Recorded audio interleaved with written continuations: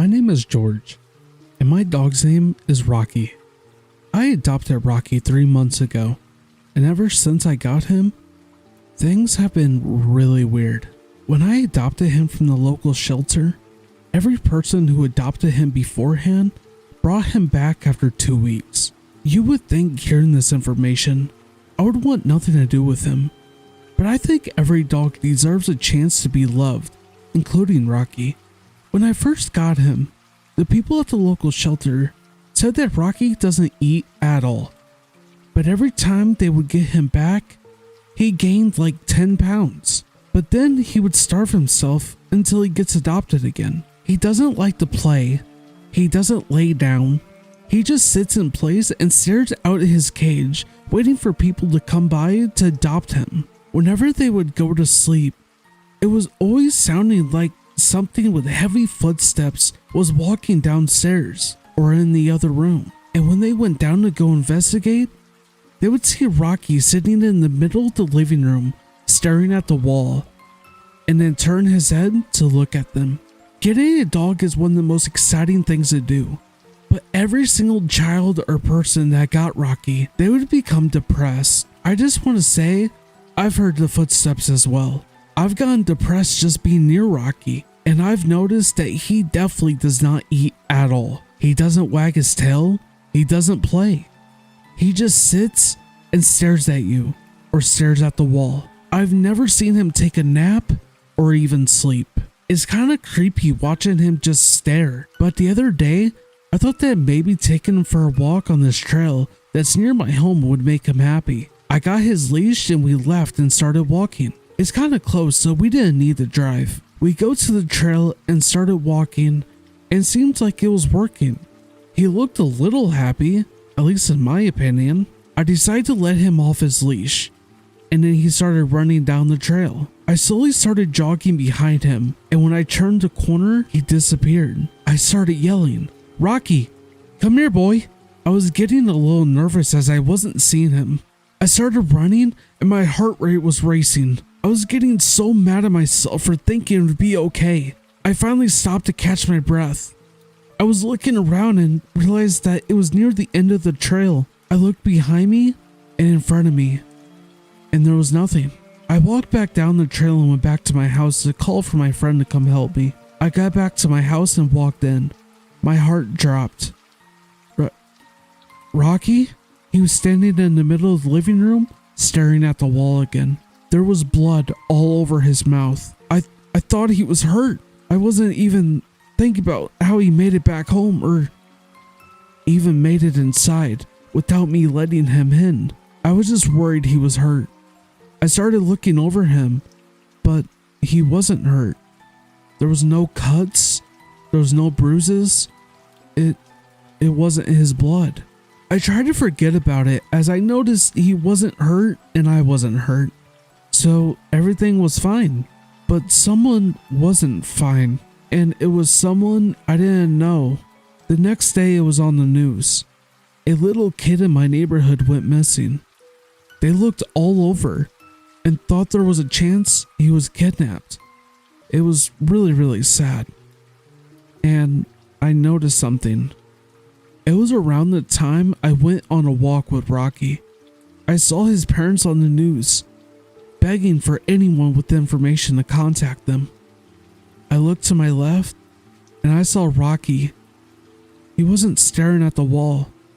He was staring at the TV as if he was watching the news. This was the first time someone disappeared in my town in over 50 years.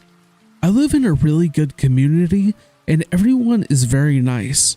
So in my mind, it was definitely someone who doesn't live here. Later that night, I fell asleep and then I heard it again.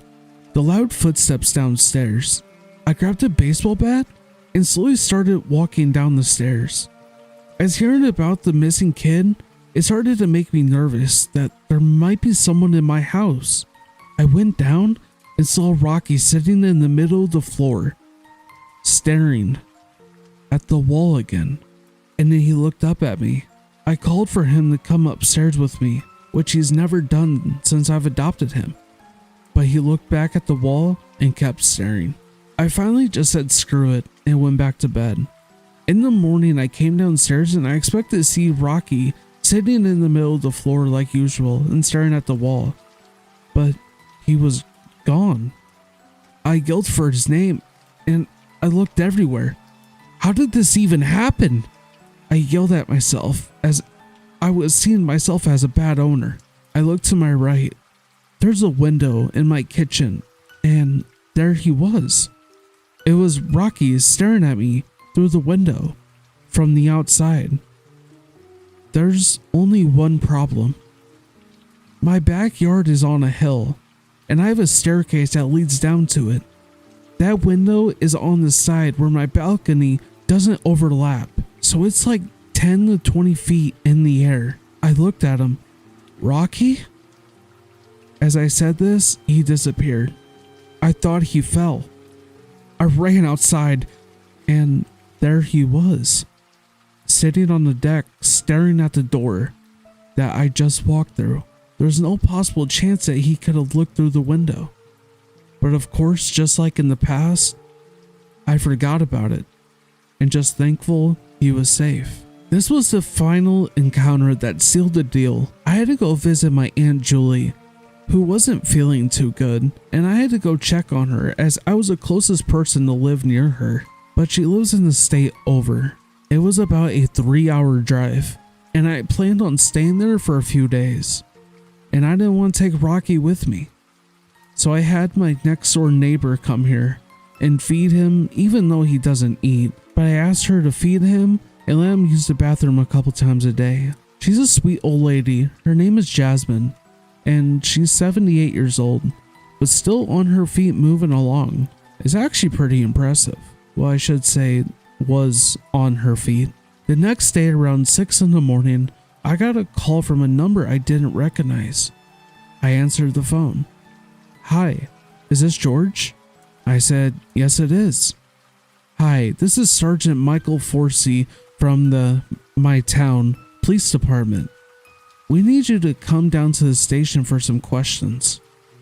I said, I'll be back in a couple of days as I'm taking care of my aunt, and I'll be there. They said no problem, and I hung up. After I was done taking care of my aunt, I went down to the police department and I was put into the interrogation room. This is word by word the entire conversation. Did you have your neighbor Jasmine watch over your dog while you were gone? I said, yes I did. And then I asked, what is this about? He said, well, long story short, your neighbor is dead. I said, oh my God, what happened? They brought out a picture of my dog. Is this your dog? I said, yes, as it was a picture of my dog. Well, we found what was left of her body, which wasn't much, and your dog was found with blood on his mouth. Have you noticed anything weird with your dog? He asked. That's when I told him the entire story, from the day I first got Rocky up until that point. As I was talking and telling the story, another person came in and they were talking about Rocky. He was now missing. I asked if I could help find him, and they said yes. We went back to my house and looked all over, and we decided to head to the trail that I took him that one time. As we were searching, we found him, or what used to be him. It was half dog, half skeleton thing. He went on his own 2 legs and he started transforming into something that I can't even describe. He had really sharp teeth, hollow eyes. He was at least 7 feet tall. He was turning into a humanoid thing. Human hands, human legs, some fur like a dog. The police pulled out their weapons and started shooting at the thing. The creature fell back into a little pond of water.